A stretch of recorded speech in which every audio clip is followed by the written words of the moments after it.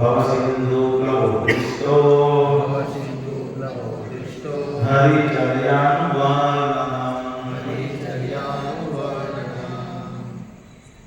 कोई बोल सकते जैसे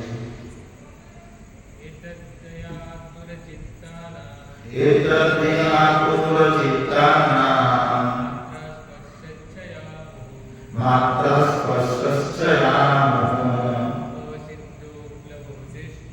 भवसिन्धुप्लवो दृष्टो हरिचर्यानुवर्णनम्। लेडीज खुशी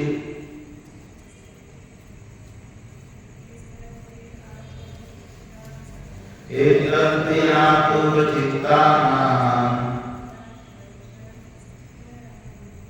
मात्र स्पर्शश्चयामो भवसिन्धुप्लवो दृष्टो हरिचर्यानुवर्णनम्। एतत् यह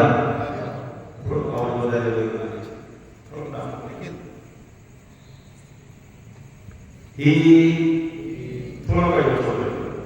निश्चय ही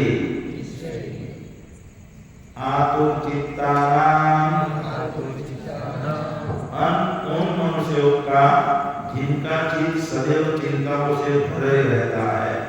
उन मनुष्यों का जिनका चित्त सदैव चिंताओं से भरे रहता है। मात्रा इंद्रिय भोग की वस्तुएं, स्पर्श इंद्रिया, इच्छया इच्छाओं के द्वारा, मोह सदैव भवसिन्धु अज्ञान रूपी सागर प्लवः नाव दृष्टा अनुभव की गई हरिचर्या भगवान श्री हरि के कार्यकलापों का अनुवर्णन निरंतर गायन। मारो अवाज बोलना ચોખ્ખો સંભળાય છે? ઓકે। અનુવાદ તાત્પર્ય કૃષ્ણ કૃપામૂર્તિ અભયચરણારવિંદ ભક્તિવેદાંત स्वामी श्रील प्रभुपाद महाराज द्वारा श्रील प्रभुपाद महाराज जी की जय। यह मेरा निजी अनुभव है कि जो मनुष्य वस्तुओं से संपर्क की इच्छा रखने के कारण सदैव चिंताग्रस्त रहते हैं। तो यहाँ શું કીધું? क्या हुआ? विषय वस्तु थोड़ा कमाई बताया चाहिए, थोड़ा बहुत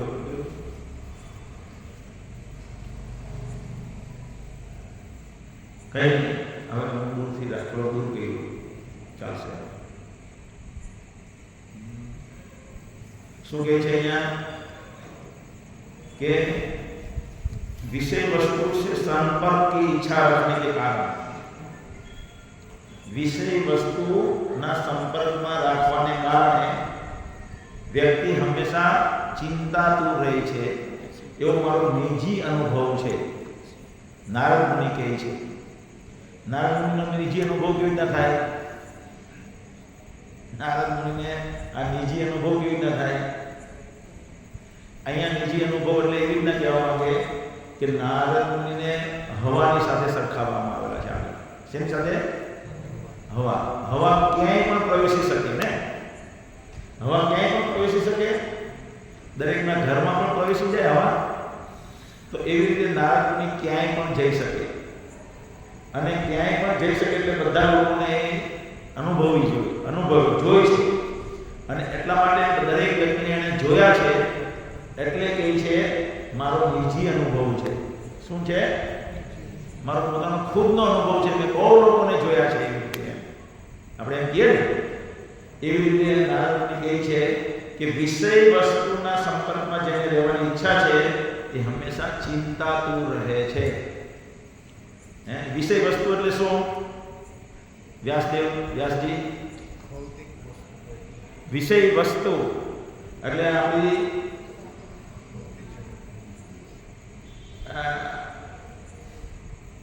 વિષય વસ્તુ એટલે શું?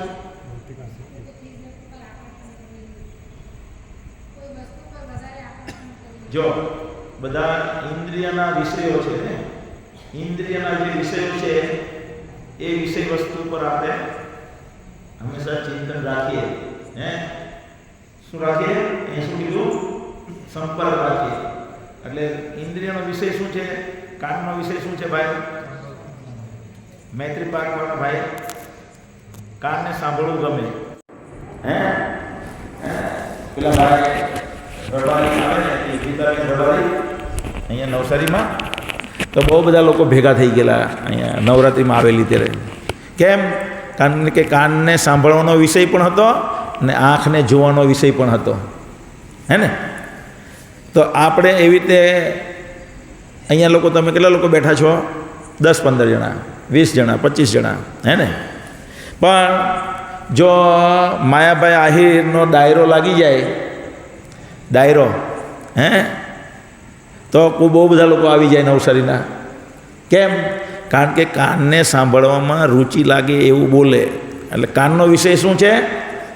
સાંભળવાનું. આંખનો વિષય શું છે? જોવાનું. ન્યૂઝીલેન્ડ ફરવા જઈએ, રશિયા ફરવા જઈએ, હોંગકોંગ ફરવા જઈએ, ઇંગ્લેન્ડમાં જઈએ, કેનેડા જઈએ, અમેરિકા જઈએ, અને ન્યૂઝીલેન્ડમાં નેચરલ દ્રશ્ય હોય બધા. એ બધા દ્રશ્ય જોવાની આમ મજા આવે. મજા આવે ને? હે? પછી બોમ્બેમાં જઈએ તો બધી છોકરીઓને જોવાની મજા આવે. અને બધા યુરોપમાં જઈએ તો બધા છોકરાઓને જોવાની મજા આવે. તો આંખનો વિષય થયો રૂપ જોવાનો. હે ને? અને પછી બીજું નાકનો વિષય થયો સૂંઘવાનો. શું થયું? બધું નવું નવું સુગંધ બહુ ગમે. અત્તર નાખીએ ને આપણે, પરફ્યુમ, ડિઓડ્રન્ટ, તો એ આ સારું છે, આ સારું છે, આ સારું છે. હે? એની એટલે એ નાકનો વિષય થયો. પછી જીભનો વિષય થયો.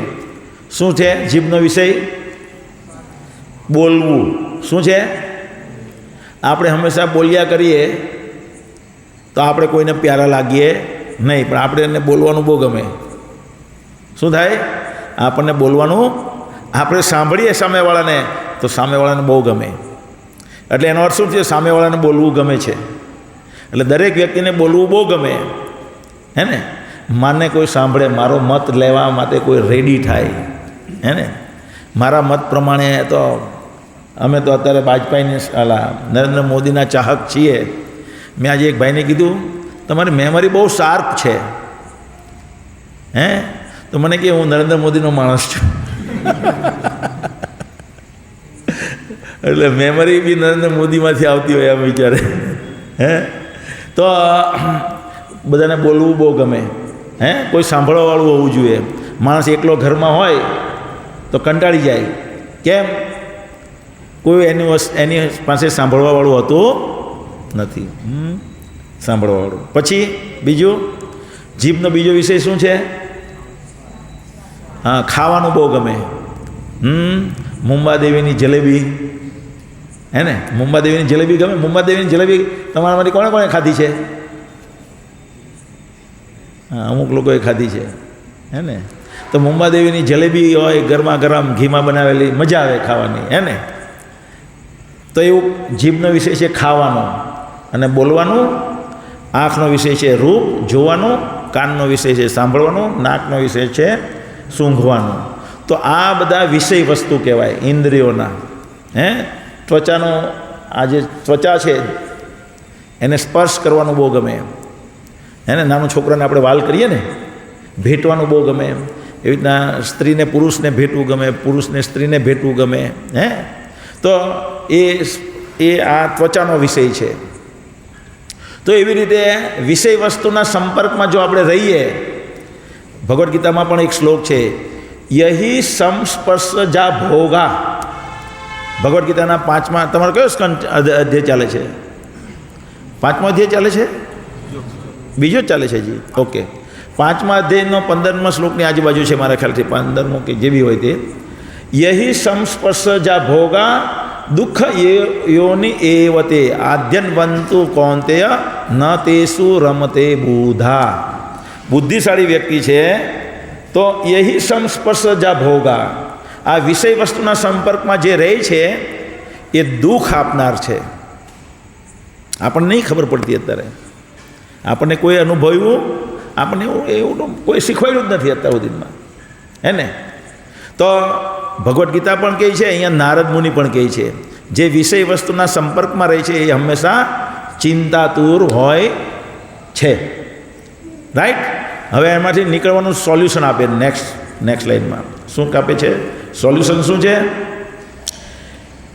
वे श्री भगवान की दिव्य लीलाओं को निरंतर कीर्तन रूपी सर्वाधिक उपयुक्त नौका पर चढ़कर अज्ञान रूपी सागर को पार कर सकता है. તો જે લોકો ચિંતાતુર છે આવી રીતે એ ભગવાનનું હરિચર્યાનું વર્ણનમ, ભગવાનની જે લીલાઓ છે એને સાંભળવા માત્રથી એનો લાભ લે સાંભળવા માટે, તો શું થાય? એ એવી નૌકા પર બેસે જે અજ્ઞાનરૂપી જે સાગર છે એને પાર કરી જાય. અત્યારે આપણે શેમાં છીએ? ક્યાં બેસેલા છીએ?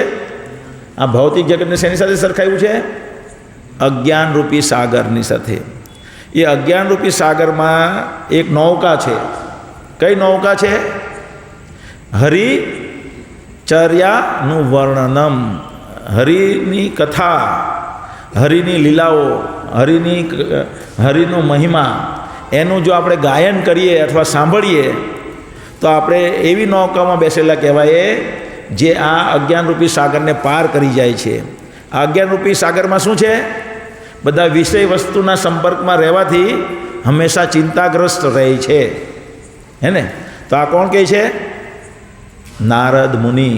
નારદ મુનિને આવી જ્ઞાન ને આવી બુદ્ધિ ક્યાંથી પ્રાપ્ત થઈ? આવી બુદ્ધિ અને જ્ઞાન કેવી રીતે પ્રાપ્ત થયું? સમજો. આપણને નહીં થયું અત્યાર સુધીમાં આવું. અહીંયાથી પ્રભુજી બોલે છે પણ આપણને એનો અનુભવ નહીં થતો, આપણે ખાલી સાંભળી રહ્યા છીએ. અત્યારે હું તમને આ વસ્તુ કહી રહ્યો છું, તમે ખાલી સાંભળી રહ્યા છો, તમારા હૃદયમાં ઉતરતી નથી આ વાત, અથવા તમને સાચી નહીં લાગતી કે વિષય વસ્તુના સંપર્કમાં આવવાથી દુઃખ કેવી રીતના ઉત્પન્ન થાય. લાગે છે તમને? હે, લાગે છે? અનુભવ થાય છે એવો? કોને કોને અનુભવ થાય છે? વિષય વસ્તુના સંપર્કમાં રહેવાથી દુઃખ જ ઉત્પન્ન થાય છે. તમને નહીં? મૈત્રી પાર્કવાળાને થયો છે અનુભવ એવો? મૈત્રી પાર્કવાળાના લેડીઝ માતાજીનું શું નામ છે? તમારું નામ શું છે? એક ઉદાહરણ આપું. આપણે આજે કંપનીએ બોનસ આપ્યું આપણને, અથવા શેર બજારમાં થોડીક 10% રિટર્ન મળી ગયું વધારે એક્સ્ટ્રા, તો આપણી ખિસ્સામાં પૈસા આવી ગયા. શું આવી ગયા? ખિસ્સામાં પૈસા. એટલે આપણે આપણી વાઈફને કહીએ ચાલો આપણે જમવા જઈએ હોટલમાં, હે ને? તો હોટલમાં જમવા જઈએ તો હોટલમાં જમવાનો એક આનંદ છે, હે ને? પણ એ જવા માટે શું થાય? પહેલાં વાઈફને કહે તું આજે આ કપડાં પહેર. વાઈફ કે નહીં મારે આ પહેરવું છે. આની હાલ લાગે આ જ પહેરની તું. તમે મને કપડાં જ ક્યાં લઈ દે છે? તમે જ્યારે હોય ત્યારે કે આ પહેર. એકને એક કપડાં હું પહેરીને કંટાળી ગઈ છું. થાય એવું? થાય? મગજમારી શરૂ થઈ જાય. ખાવાની 10 મિનિટની વાત મજા છે, પણ અહીંયાથી તૈયાર થશો, તમે તૈયાર થઈને જાઓ એટલે ત્યાંથી મગજમારી શરૂ થઈ જાય. હે, પછી રસ્તામાં બે શબ્દ આમ તેમ, હે, કારણ કે ભગવાનની કથા નથી એટલે પ્રકૃતિ ખેલે તમારી સાથે. તમારું ટ્યુનિંગ અને એટલે પુરુષનું ટ્યુનિંગ અને પત્નીનું ટ્યુનિંગ ચેન્જ થઈ જાય. શું થઈ જાય? ઓફસેટમાં આવી જાય.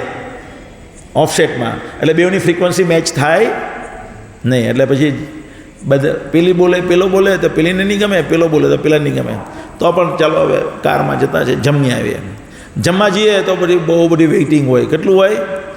બહુ બધું વેઇટિંગ હોય. એટલે અડધો કલાક બહાર ઊભું રહેવું પડે, પોણો કલાક બહાર ઊભું રહેવું પડે કે નહીં ભાઈ? રવિવારે લારી પર જાય, અહીંયા સરબતિયા તળાવમાં લારી પર જમવા જઈએ તો બી ઊભું રહેવું પડે કે નહીં? Right or wrong? હે ને? એટલે 50% મૂળ તો ત્યાં જ ખાવાનો મોં કંટાળી જાય. નીચે બધા પગમાં મચ્છર કરતા હોય. નીચે પગમાં મચ્છર કરડે, લારી ઉપર બહાર ઊભા રહ્યા કરીએ તે. અને પછી આગળ વધીએ ધીમે ધીમે ધીમે ધીમે અંદર આપણો વારો આવે તો પેલાને કહે ભાઈ 2 પાઉંભાજી બરાબર બનાવજે, ખડા પાઉંભાજી કે જે બી કહે તે, અને એમાં જરાક મીઠું નાખી દે વધારે. તે હારા પેલી વખતે મજા આવેલી ને એવી આ વખતે મજા નહીં આવી, થોડુંક ખારું બનાવી નાખ્યું. અને ઉતાવળ એટલી બધી હોય એટલે પેલો ચટણી આપવાનું ભૂલી જાય, પેલું આપવાનું ભૂલી જાય, પેલા ભાજી આપી દે તો પાઉં 2 ખલાસ થઈ જાય, પછી ભાજી બચેલી હોય તો પાઉં લાવો એમ કહીએ, અરે ભાઈ એક એક્સ્ટ્રા પાઉં આવવા દે, તો પેલો પાઉં થાકી જઈએ ત્યારે પેલો પાઉં બીજી ભાજી કાઢતો રહે, તો પાઉં આવે નહીં, હે ને. પછી થોડીક વાર પછી આવે તો ભાજી ઠંડી થઈ ગયેલી હોય તો પાછો મૂળ મરી જાય, હે ને. થાય એવું થાય ને. તો આવી રીતે દરેક વિષય જે છે એ વિષયો, આ જીભનો વિષય હતો. શેનો વિષય હતો? જીભનો વિષય. એ જીભના વિષયને સંતુષ્ટ કરવાના સંપર્કમાં રહેવા ગયા આપણે તો કેટલી બધી મગજમારી થઈ ને. તો એવી રીતે દરેક વ્યક્તિને આવી રીતના કંઈ ને કંઈ દુઃખ થતું જ રહે વિષય સંપર્ક. એટલે ભગવદ્ ગીતામાં ભગવાન કૃષ્ણ પણ કહે છે, અહીંયા નારદ મુનિ પણ એવું જ કહી રહ્યા છે. હવે એમાંથી નીકળવાનો માર્ગ પણ બતાવી રહ્યા છે. શું છે? હરિચર્યાનું વર્ણનમ.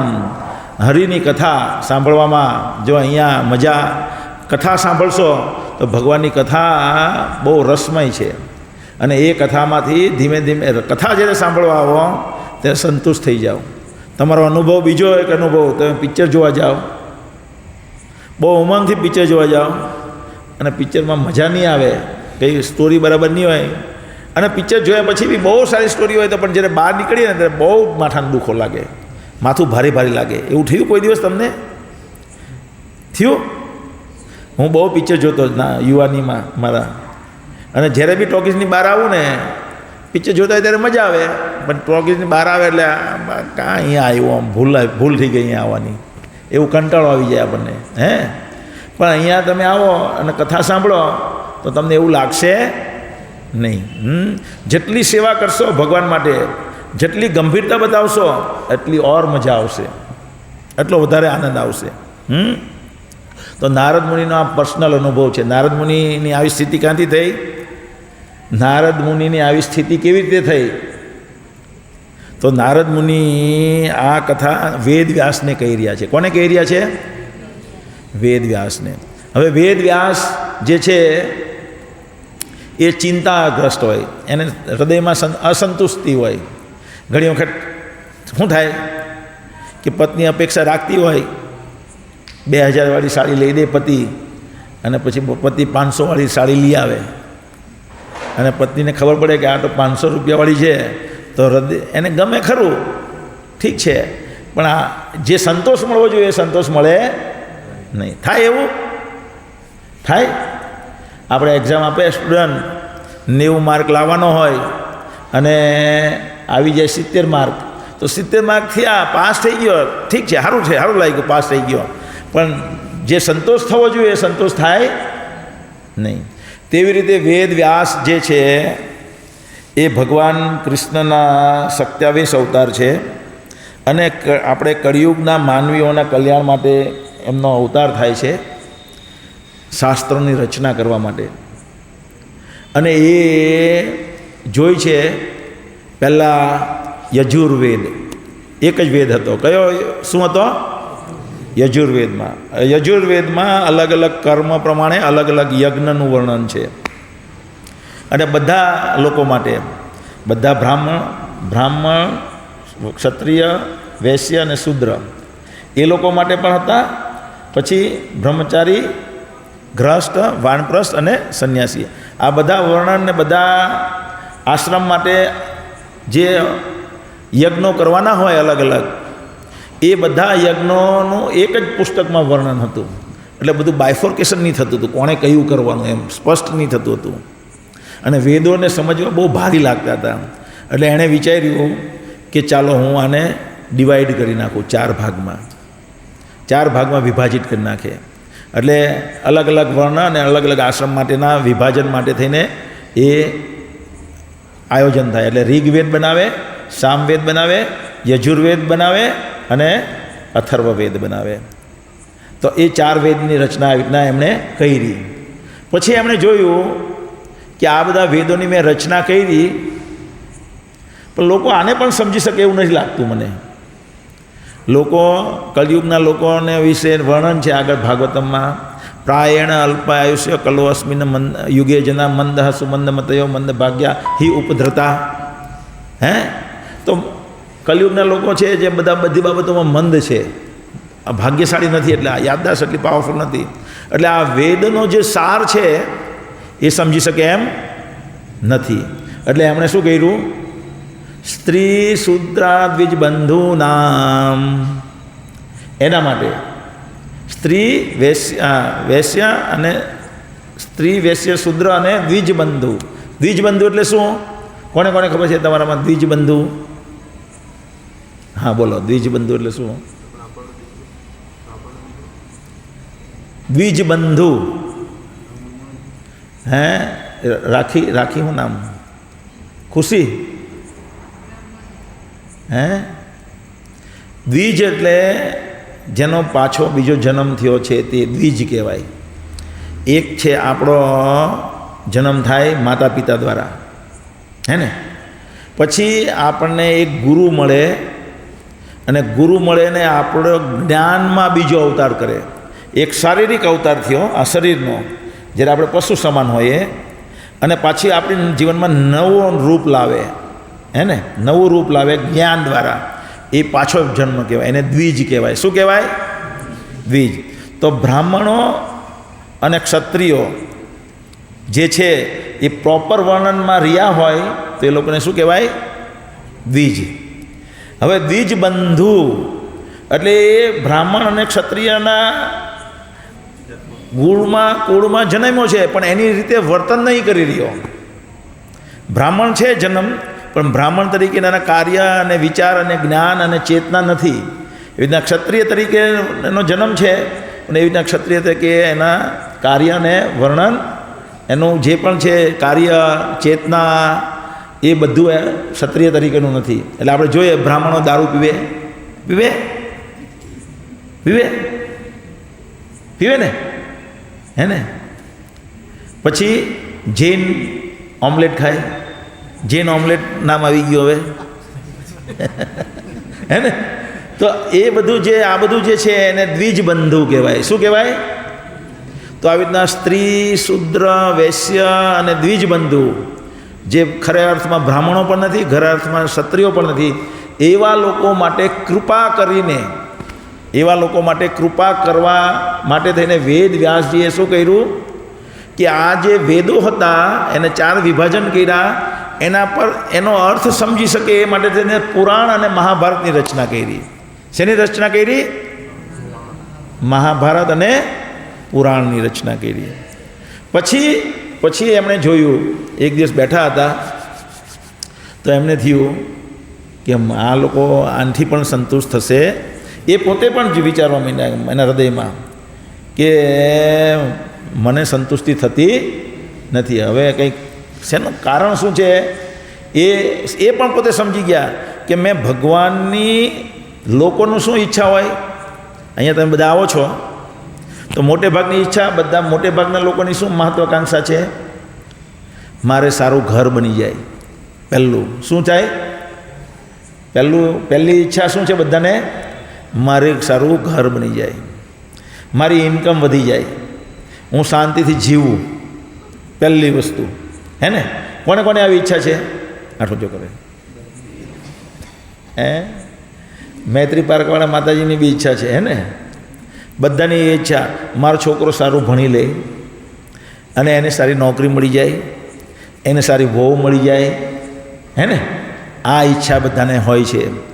આ જે છે અર્થ કહેવાય. આને શું કહેવાય? શાસ્ત્રમાં અર્થ. તો આ વેદ જે રચના કરી, વેદમાં આ અર્થ માટે થઈને ધર્મનું પ્રયોજન છે. શું છે? આ અર્થને પ્રાપ્ત કરવા માટે બધાને અર્થની જરૂર છે કે નહીં? હે, અર્થ ખબર પડી? અર્થ એટલે શું? તમારું નામ કલરવાળા ભાઈ, તમારું નામ? જગદીશભાઈ. અર્થ એટલે શું? ધર્મ, અર્થ, કામ, મોક્ષ, હે ને. અર્થ એટલે શું? ધન સંપત્તિ. શું? ધન સંપત્તિની કોને ઈચ્છા નહીં હોય? બધાને ઈચ્છા હોય, બધા જીવોને હોય. અને વેદ વ્યાસે ધર્મ અર્થ કામ મોક્ષ એને એમ થયું લોકોની આ જ ઈચ્છા છે ને આ ઈચ્છાને પ્રલોભન પૂરી થાય એ માટે થઈને મેં આ બધું ડિટેલમાં આપ્યું.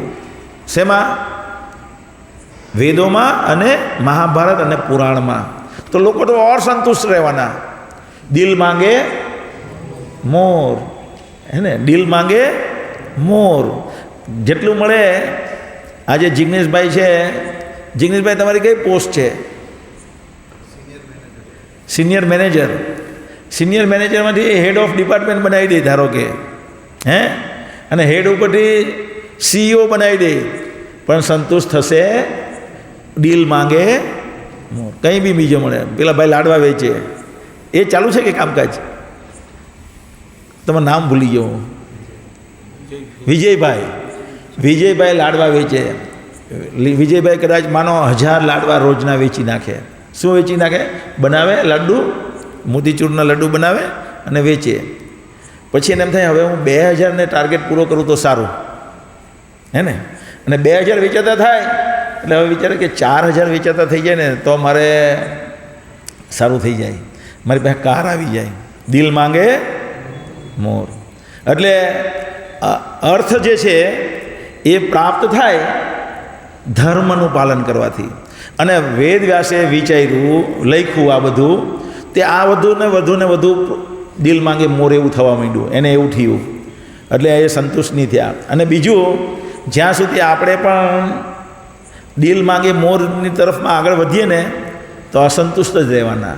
શું રહેવાના? અસંતુષ્ટ રહેશું.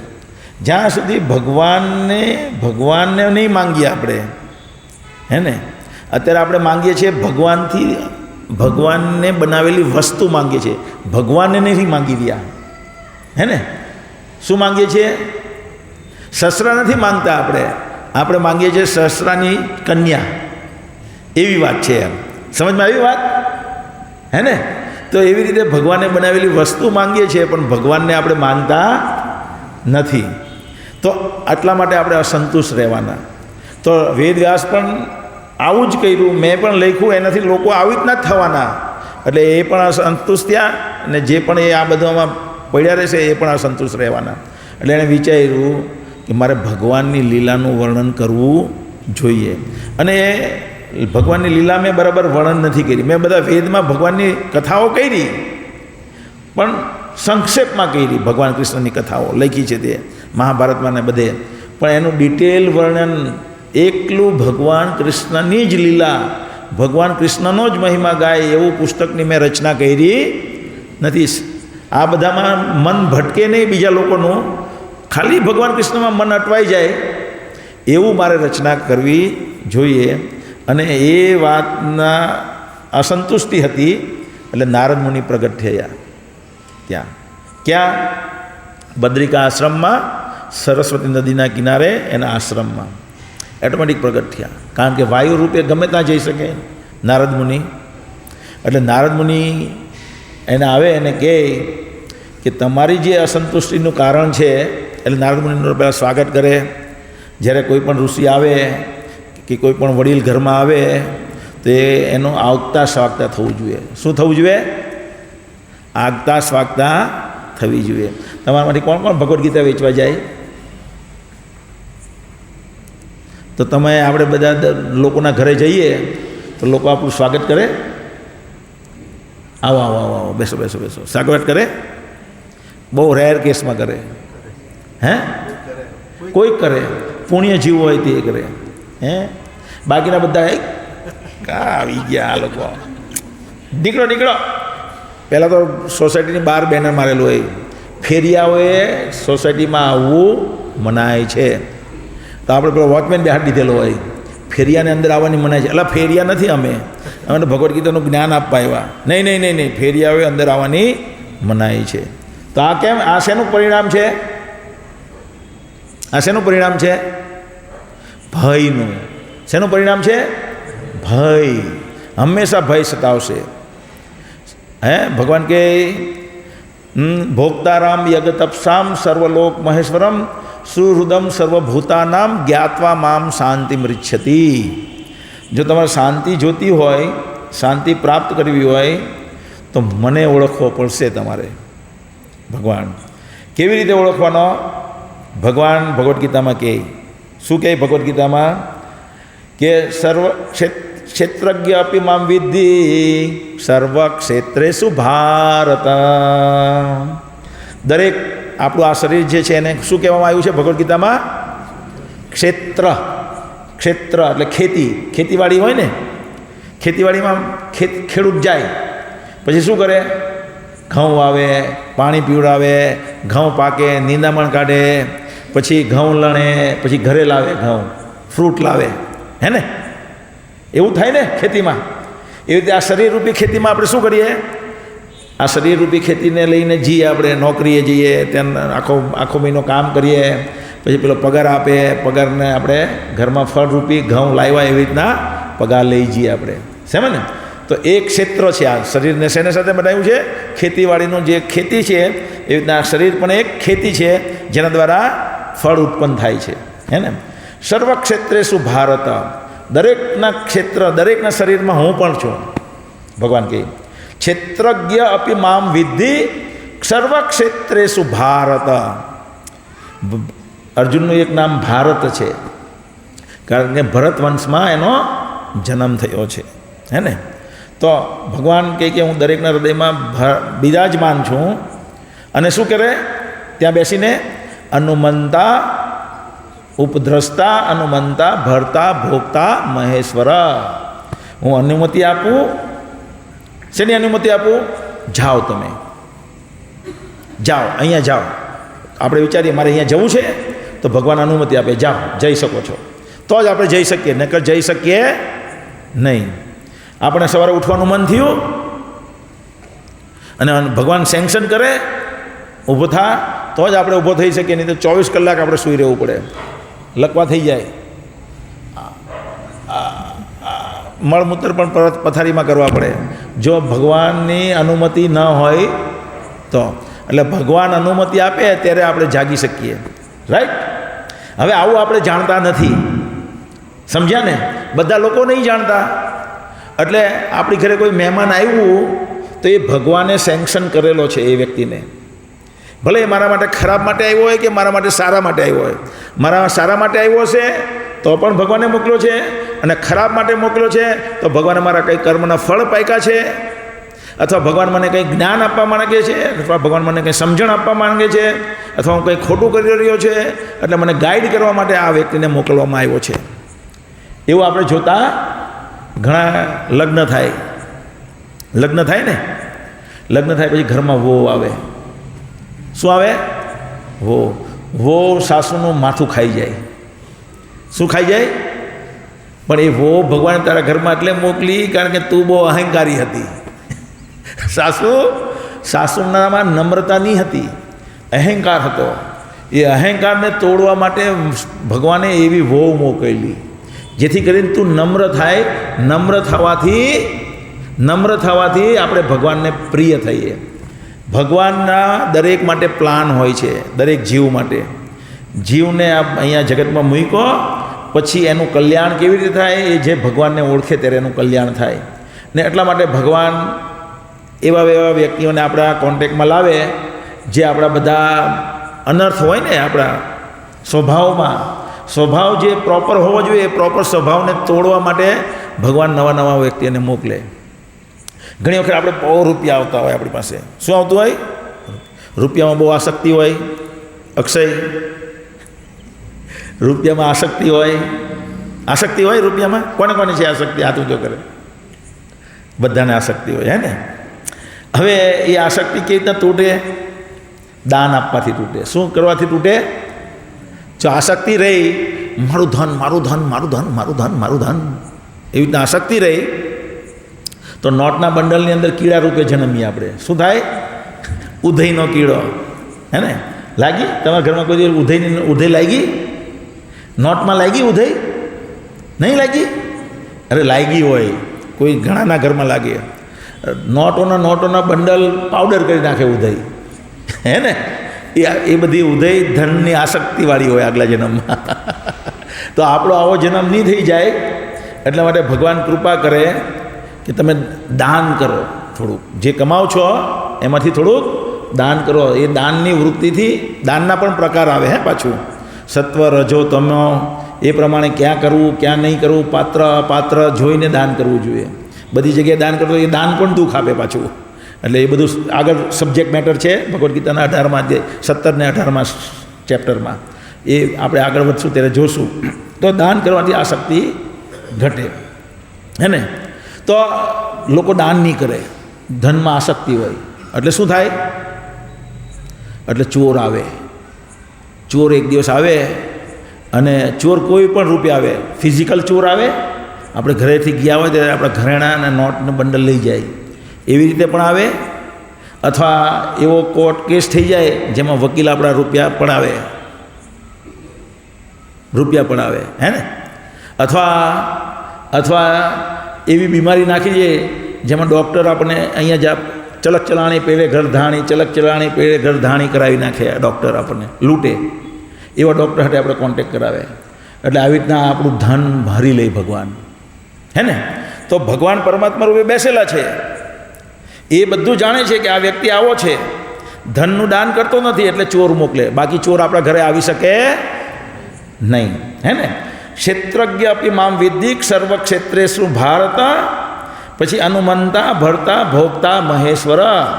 ભગવાન ભરતા છે, ભોગતા છે, બધું છે. તો આવી રીતના પરમાત્માને ઓળખવા જોઈએ. જો ઓળખતા નથી તો આપણી આવી ખરાબ દશા થાય. હવે કોઈ આપણું ધન ચોરી જાય તો શું થાય?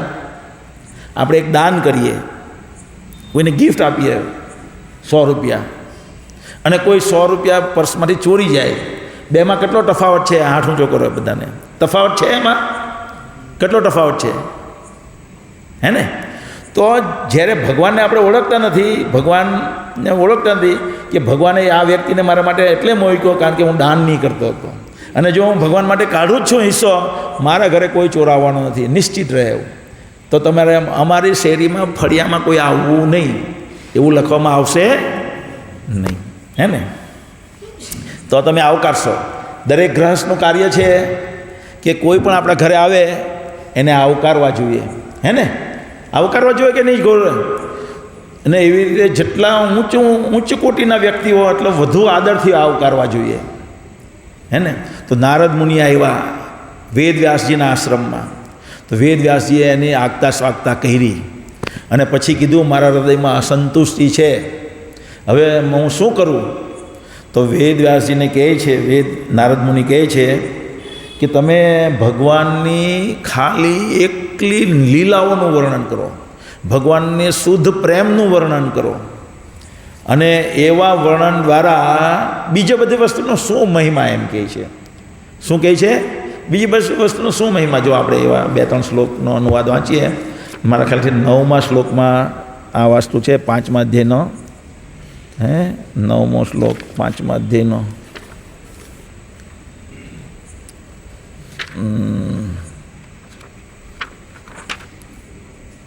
13મો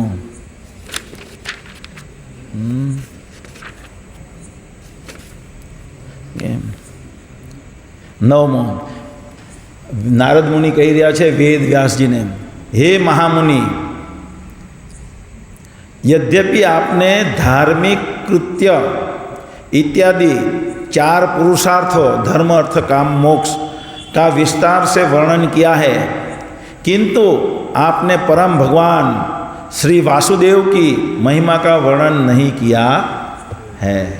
आगे बताते हैं, केवल भगवद महिमा का गुणगान ही संपूर्ण ब्रह्मांड के वातावरण को शुद्ध कर सकता है. खाली તમે આ બધું કર્યું એનાથી કંઈ ફાયદો નહીં થવાનો. શું કહે? ખાલી ભગવાનની મહિમાનું ગુણગાન કરવાથી આખા બ્રહ્માંડમાં સંતુષ્ટિ વ્યાપી જશે. केवल भगवत महिमा का गुणगान ही संपूर्ण ब्रह्मांड के वातावरण को शुद्ध कर सकता है. जो वाणी, जे शब्द, शू कहे छे? जे वाणी, जो वाणी श्री भगवान की महिमा का वर्णन नहीं करती उसे साधु पुरुष कौवों का तीर्थस्थान समान मानते हैं। न यद શું કહે છે?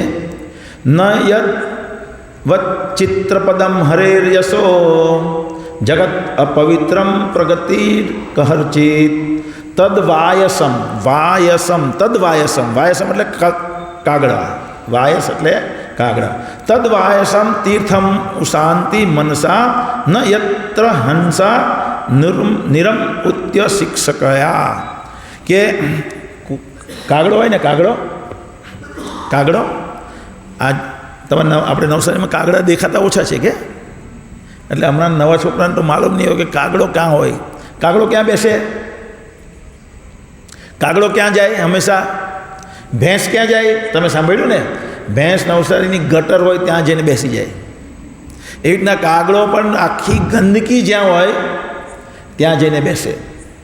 તો ભગવાનની ગુણગાન ને મહિમાનું વર્ણન જે વસ્તુ નહીં કરતા, મેગેઝિન હોય, સમાચાર હોય,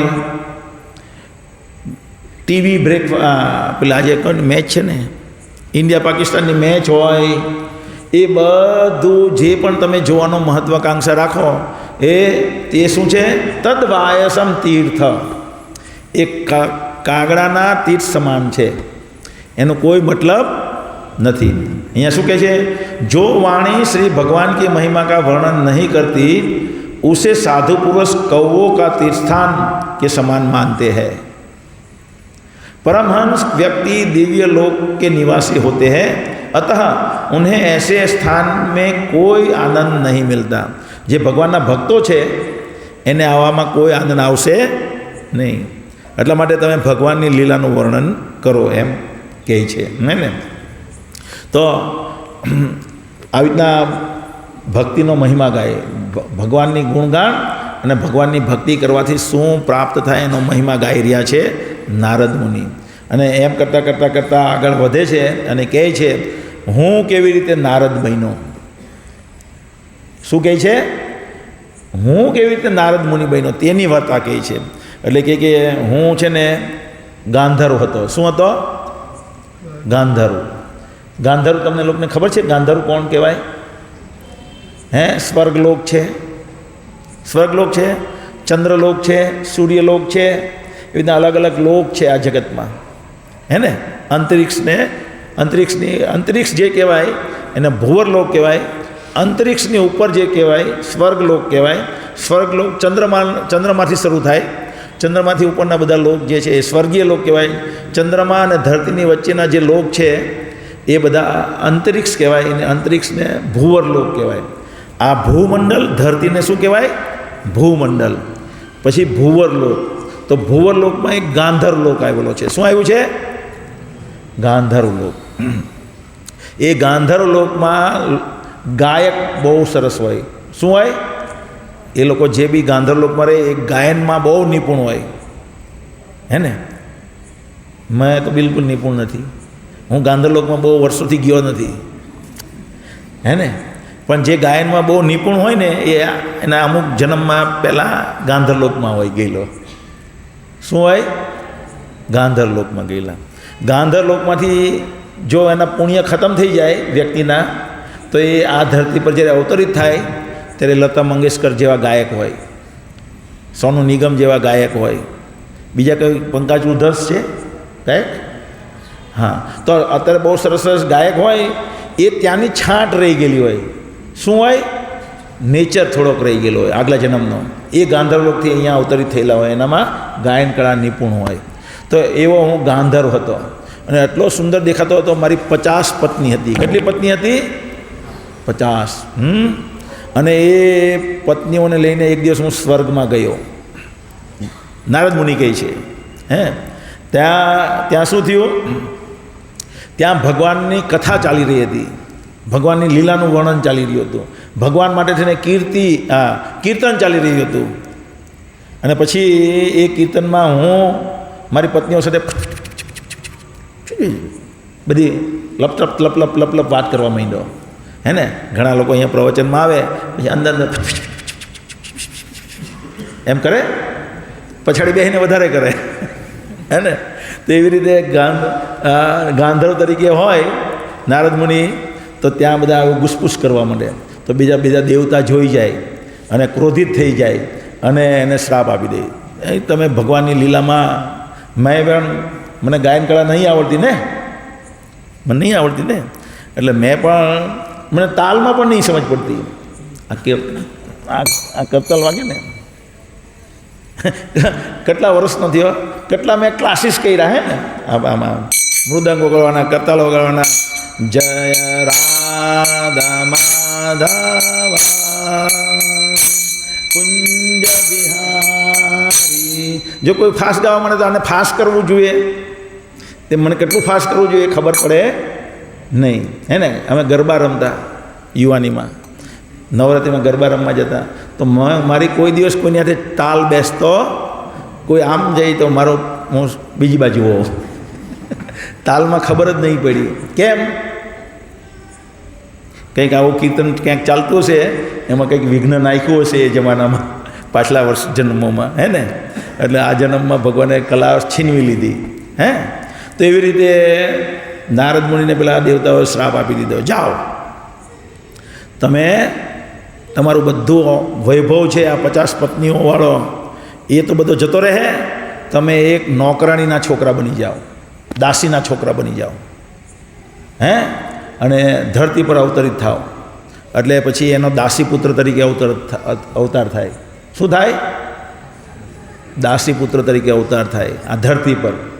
હવે એ એક આશ્રમમાં એની માં કામ કરતી હોય, કામવાળી હોય એની માં. શું હોય? કામવાળીનો છોકરો અત્યારે નારદ, એનું નામ નારદ નથી પડ્યું હજી, પણ નારદ મુનિ કહી રહ્યા છે મારી આવી દશા થઈ. હે? હવે ત્યાં શું થાય કે ફરતા ભગવાનના મહાન ભક્તો પેલો ચતુર્માસ આવે ને ચોમાસાના, હે? કયા? અષાઢ, શ્રાવણ, ભાદરવો ને આસો, 4 મહિનામાં જે સાધુઓ ફરતા રહી, કોઈ દિવસ એક જગ્યાએ પર નહીં રહી. કોને ખબર છે કેમ નહીં રહી? હાથ ઊંચો કરે. બસ કોઈને ખબર નહીં. સાધુઓ ફરતા કેમ રહી? કોઈ નહીં ખબર. હા બોલો. હા, વેરી ગુડ. હા, વેરી ગુડ, એક્ઝેક્ટલી. સાધુઓ જે છે, આપણે જ્યાં રહીએ ને ત્યાં આપણી આસક્તિ થઈ જાય. શું થાય? આસક્તિ. તમે જોજો, કબૂતર માળો કરે અથવા ચકલી માળો કરે, પછી તમે કાઢો તો ચ્યું કરીને ત્યાંથી જાય જ નહીં, હે ને? જાય એ ત્યાં આસક્ત થઈ ગયેલું હોય. એવી રીતે આપણે પણ આ મારું ઘર, આ મારા સગા, આ મારા સંબંધી, આ મારું ઝાડ, આ મારા ઘરની પાછળ બાજુમાં પથ્થર છે, આ પથ્થરને લીધે મારા ઘરમાં કોઈ અથડાતું નથી, હે ને? એવી રીતના બધા આપણે આસક્ત હોઈએ. તો એ આસક્તિ, આપણું મન એવું છે જ્યાં રહે ત્યાં આસક્ત થઈ જાય. તો એ ફરતા રહે તો કોઈ પણ વસ્તુથી આસક્ત નહીં થઈએ, હે ને? આસક્ત નહીં થાય તો શું થાય? ભગવાનમાં મન પૂરવાઈ રહે. એક જગ્યાએ ચોંટેલું હોય, મુझे नींद ना आए, मुझे चैन ना आए. કયું? ભાંદુરી દીક્ષિત ને આમિર ખાન વાળું પિક્ચર છે ને? શું છે ગીત? કોઈ જાય કોઈ બુલા કે લાય, એવું કંઈ છે ને? હા ભાઈ, મને ગાતા નથી આવડતું એટલે એવું કરીએ. તો જ્યારે મન ચોંટેલું હોય માધુરી દીક્ષિતમાં, ત્યારે ભગવાન યાદ નહીં આવે, હે ને? તો મન ક્યાંય ન લાગે તો ભગવાનમાં લાગે. એટલે મન ક્યાંય ચોંટવા દેવું જોઈએ નહીં. એટલે સાધુઓ ફરતા રહે, એક કારણ એ.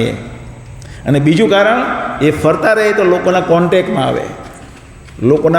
આવે અને લોકોને આવા અજ્ઞાનમાંથી દૂર કરે, એટલે જ્ઞાન આપે. સમજમાં આવે છે વાત? તો એટલા માટે સાધુ ફરતો ભલો, એમ કહેવત છે ને? તો એવી રીતના સાધુ ફરતા હોય, પણ પછી જ્યારે ચતુર્માસ આવી જાય ત્યારે સાધુ જ્યાં પહોંચ્યા હોય ત્યાં રોકાઈ જાય, ત્યાંથી આગળ જાય નહીં. તો આવી રીતે નારદ મુનિનો જ્યાં આશ્રમમાં કામ કરતી હોય દાસી તરીકે, તે આશ્રમમાં 4-5 સાધુઓ જે મહાન ભક્ત હોય તે પહોંચે, અને ચતુર્માસ હોય એટલે ત્યાં રોકાઈ જાય. હવે 4 માસ લગીને એ લોકો ત્યાં રહે તો ભગવાનની કથાનું વર્ણન કરે, નારદ મુનિ નાના છોકરા હોય 4-5 વર્ષના સાંભળ્યા કરે બધી કથાઓ, અને એને રસ લાગી જાય, અને એની મા સરસ ખાવાનું બનાવતી હોય એને ખાવાનું બનાવીને એ સાધુઓ માટે લઈ જતા હોય. પછી સાધુઓ કોઈ વખત એઠું છોડે તો એ સાધુઓને પૂછે કે હું આ તમારું ઉચ્છિષ્ટ ખાઈ શકું? તો કે હા ખાઈ શકો તમે. તો એ ખાય, અને નારદ મુનિ કે મેં એક જ વખત ખાધું આવી રીતે. શું ખાધું? સાધુ પુરુષનું ઉચ્છિષ્ટ મેં ખાધું, અને મારા હૃદયમાં ભગવાનની ભક્તિનો ભાવ જાગી ગયો.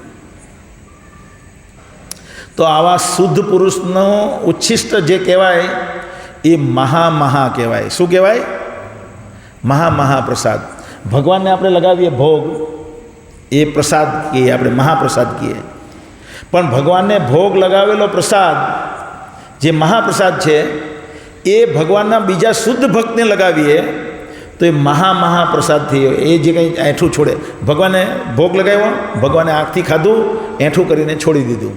અંગાની યસ્ય સકલેન્દ્રિય વૃત્તિ મંદી, ભગવાનની દરેક અંગ બીજા અંગનું કામ કરે, આંખથી ખાઈ લે ભગવાન, પાછું એવું છોડી દે, એટલે એ પ્રસાદ થયો, મહાપ્રસાદ થઈ ગયો ને. એવી રીતે એ મહાપ્રસાદ આપણે કોઈ મહાન ભગવાનના જે ભક્ત છે એને આપીએ, હે, તો એ ભગવાનના મહાન ભક્ત એ પ્રસાદ લે, અને પછી જે વધે તેને શું કહેવાય? મહાપ્રસાદ, મહા કહેવાય. અને પ્રભુપાદ એક વખત પ્લેનમાં જતા હોય. હવે આ છે ને, અહીંયાથી આગળ વાત કરશું આપણે, આવતા રવિવારે કરશું, આવતા બુધવારે આ કથા થોડીક સાઈડ પર બીજી એક કથા એવી મહાની, એટલે એ પતાવી દેવું. પતાવું કે આ લાઈનમાં આગળ વધું? તમે કહેવો તેમ કરીએ. હે, આ ઉદાહરણ આપી દેવું. તો પ્રભુપાદ એક વખત પ્લેનમાં જતા હોય, હે, તો નોર્મલી જ્યારે બી પ્રભુપાદ 14 વખત એના સમયગાળા દરમિયાન 14 વખત ધરતીની પરિક્રમા અલગ અલગ દેશમાં ફરે.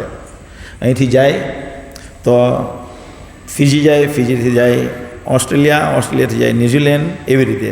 અહીંથી આમ જાય તો ઈરાન જાય, ઈરાનથી યુરોપ જાય, યુરોપથી અમેરિકા જાય, અમેરિકાથી હોનોલુલ જાય, એવી રીતે. તો એવી રીતના પરિક્રમા કરી અને એવી રીતના 14 વખત ફરે બધા ભક્તોને, અને મંદિરમાં બરાબર પ્રોપર મૂળ સ્થાપિત કરવા માટે. તો એ પ્લેનમાં હંમેશા ટ્રાવેલ કરે ત્યારે શું કરે? પ્લેનનું ખાવાનું તો ખાય નહીં. ત્યાં તો ફોરેનમાં તો કોઈને નોનવેજ એટલે હું ખબર જ નથી, એટલે વેજ એટલે હું ખબર જ નહીં. એ તો ઈંડાને બી વેજ ગણે અને માછલીને બી વેજ ગણે. એ તો સી ફૂડ કહેવાય. પેલું ખેતીમાં પાકે, પેલું પાણીમાં પાકે, એમ સમજે. એટલે એ લોકોને એવી ખબર પડે નહીં, એટલે બધું મિક્સ હોય. એટલે પ્રભુપાદ જ્યારે બી જાય ત્યારે એમના સર્વન્ટ થોડાક મમરા, થોડો કંઈ સૂકો નાસ્તો અને એવું લઈ જાય, હે ને. તો પેલી એર હોસ્ટેસ પીરસતી હોય તો પેલા લોકોને કહે કે તમે કેમ નથી લેતા? તો કે અમે અમારું પોતાનું ખાવાનું રાખીએ, અમે આ ખાઈએ નહીં. તો કે મારી પાસે દૂધ છે, હું દૂધ લાવું તમારા માટે. ને કે નહીં, કારણ કે એ બી દૂધ બી બધા એઠાઠ ને આને તેને બધું એવું જ હોય ને, એટલે કે નહીં. પછી એ પોતે ડીશ કાઢે, એ પેલી જતી રહી એટલે ડીશ કાઢે, બધા પેલી આપણી પતરા એને શું કહેવાય? પત્રવડી. એ ડીશ કાઢે અને એમાં મમરા નાખે અને પ્રભુપાદ ખાતા હોય. પહેલાં સર્વન્ટને એના સેવક જે હોય અને સેક્રેટરી પછાડી બેસેલા હોય, પ્રભુપાદ ખાય. આમ પેલી એર હોસ્ટેસ જોઈ જાય ત્યાંથી, એ આવે ને અંદરથી બૂકો મારીને લઈ લે, બૂકો મારીને એક લઈ લે. ઓહ, આ તો બહુ મસ્ત છે એમ કરીને પછી બીજો હાથ મારે અને પાછો એક મુઠ્ઠો ભરીને લઈ લે અને ખાય. બરાબર, ખાઈને પતી જાય વાત. પછી શું થાય? એટલું એણે પ્રસાદ ખાધો, પછી કંઈ મળ્યું નહીં. એ જ્યારે ઉતરી, હવે આ પતી ગયું. આ એક વખત આવી રીતના ઘટના બની. એમ એક પ્રભુપાદના જે સેવક હોય તે પ્રવચન આપતા હોય, તે કે આવી રીતના પ્રવચન કરતા હોય તો પ્રવચનમાં કે આવું થયું અમારે હાથે પ્લેનમાં. તો એમાંથી પ્રવચન પત્યું એટલે એક વ્યક્તિ ઊભો થયા, એક ભક્ત ઊભા થયા તે, અને એ પેલા ભક્તને કહે કે ત્યાર પછીની કહાની મારી પાસે છે, તે તમે સાંભળો. ત્યાં એક વખત અમે આફ્રિકાની સાઉથ અમેરિકાના આર્જેન્ટિનામાં અમે પુસ્તક વિતરણ કરતા હતા. પુસ્તક વિતરણ કરતાં કરતાં બહુ અંદરના અંતરિયાળ ગામમાં અમે પહોંચી ગયા, જંગલના. અને ત્યાં એક કુટીર હતી. અમને એમ થયું કે અહીંયા કોણ લેશે આપણી પાસે ભગવદ્ ગીતા, પણ અમે ગયા. અમે દરવાજો ખોલ્યો, નોક કર્યો, તો અંદરથી એક લેડીઝે દરવાજો ખોલ્યો અને અમને જોઈને જ બહુ ખુશ થઈ ગઈ અને એમ કે આવો આવો આવો આવો. અંદર લઈ ગઈ ઘરમાં. અંદર ઘરમાં લઈ ગઈ અને સરસ મંદિર હતું અને અમને ભગવાનનો ફ્રૂટ પ્રસાદ ખવડાવ્યો અને ભગવાનનું મંદિર ને કીર્તન ને બધું અમે કર્યું ત્યાં જઈને. પછી અમે સ્ત્રીને પૂછ્યું કે તમને આ પ્રેરણા ક્યાંથી જાગી? તો એ સ્ત્રીએ અમને કીધું કે આવી રીતના એક સ્વામી પ્લેનમાં ટ્રાવેલ, આ બુક લખેલી છે ને, એ સ્વામી પ્લેનમાં ટ્રાવેલ કરતા હતા અને એને હેઠવા મેં મમરા ખાઈ લીધા. મમરા ખાઈ લીધા એટલે હું પ્લેનમાંથી જેવી ઉતરી એવા જ ભક્તો ભગવદ્ ગીતા વેચતા હતા અને એ લોકો ભગવદ્ ગીતા વેચતા હતા. એ ભગવદ્ ગીતા મેં લીધી અને ધીમે ધીમે મારામાં ભક્તિભાવ જાગૃત થયો અને હું અહીંયા અહીંયા રહીને ભક્તિ કરું છું. તમે જુઓ, એક વખત શુદ્ધ ભક્તનું ખાધેલું મહા આને કહેવાય, હે ને, ખાધું અને એનું આખું જીવન પરિવર્તન થઈ ગયું. એવી રીતે નારદ મુનિનું પણ એવું જ થયું. એક જ વખત મહાપ્રસાદ ખાધો અને એને ભગવાનની કથા સાંભળવામાં રુચિ લાગી ગઈ અને પછી રોજ આવીને એ લોકોની કથામાં બેસે અને ધ્યાનથી સાંભળે અને અમલ કરવાનો પ્રયત્ન કરે. અને પછી શું થયું? સ્ટોપ. પછી આગળ આપણે આવતા ગુરુવારે વાર્તા કરીશું. હરે કૃષ્ણ. પછી નારદ મુનિ કેવી રીતના બને તે આવતા ગુરુવારે આવતા બુધવારે આવતા બુધવારે કરશું. હરે કૃષ્ણ. ગ્રંથરાજ શ્રીમદ ભાગવતમ કી જય.